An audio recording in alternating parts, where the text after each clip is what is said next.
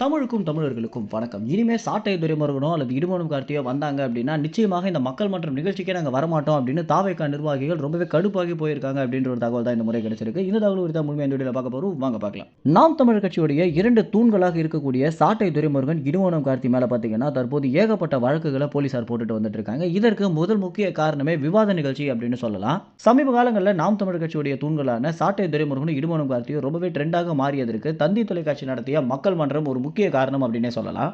அப்படி என்னடா மக்கள் மன்றத்தில் நடக்குது அப்படின்னா, புதுசாக அரசியலுக்குள்ள வந்திருக்கக்கூடிய தாவேகா நிர்வாகிகள் நாங்களும் அரசியல் பேசுவோம் அப்படின்னு பேசக்கூடிய பல விஷயங்கள் ரொம்பவே நகைச்சுவையாக போய் முடிகிற ஒரு காரணத்தினாலையும், நாம் தமிழர் கட்சியுடைய நிர்வாகிகளிடம் தோத்து போற ஒரு காரணத்தினாலையும் ரொம்பவே ஒரு பெரிய அதிருப்தியில தான் பார்த்தீங்கன்னா, ஒவ்வொரு முறையுமே விவாத நிகழ்ச்சியை முடிச்சுட்டு போகும்போது தாவேகா நிர்வாகிகள் எதிர்கொள்ளக்கூடிய ஒரு விஷயமாக இருக்கு. இதனாலேயே ரொம்பவே கடுப்புல இருக்கக்கூடிய தாவேகா நிர்வாகிகள் நாம் தமிழர் கட்சியுடைய தலைமை ஒருங்கிணைப்பாளரான சீமான் அவர்களை ரொம்பவே ட்ரோல் பண்ணிட்டு வந்துட்டு இருக்காங்க. இது ஒரு பக்கம் இருக்க, தொடர்ச்சியாக மக்கள் மன்றத்துல சாட்டை துரைமுருகன் பேசும்போது எல்லாம் கீழ இருக்கக்கூடிய தாவேகாவுடைய நிர்வாகிகளும், விஜயுடைய தொண்டர்களும் பார்த்தீங்கன்னா, ரொம்பவே கடுப்பாகி சாட்டை துரைமுருகன மேடையிலிருந்து கீழ இறங்குடா அப்படின்னு ஆபாசமான வார்த்தைகள பேசியிருந்தது ஒரு பெரிய சர்ச்சையை உண்டு பண்ணியிருந்துச்சு.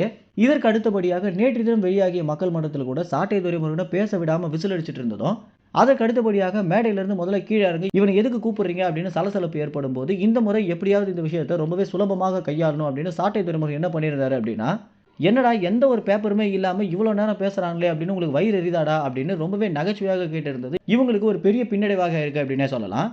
இந்த ஒரு விஷயமே ரொம்பவே வைரலாக மாறி, மீம்ஸ்களாகவும் மாறி தாவேகாவுடைய நிர்வாகிகளை இணையவாசிகள் போட்டு அடிச்சிட்டு இருக்காங்க அப்படின்னே சொல்லலாம். இந்த ஒரு காரணத்தினால தற்போது சாட்டை துரைமுருகன் மேலயும், இடுமோனும் கார்த்தி மேலயும் தாவேகாவுடைய நிர்வாகிகள் நிறைய வழக்குகளும் கொடுத்துட்டு வந்துட்டு இருக்காங்க. அதாவது வன்முறையை தூண்டும் விதமாக இவங்க இருவருமே பேசுறாங்க.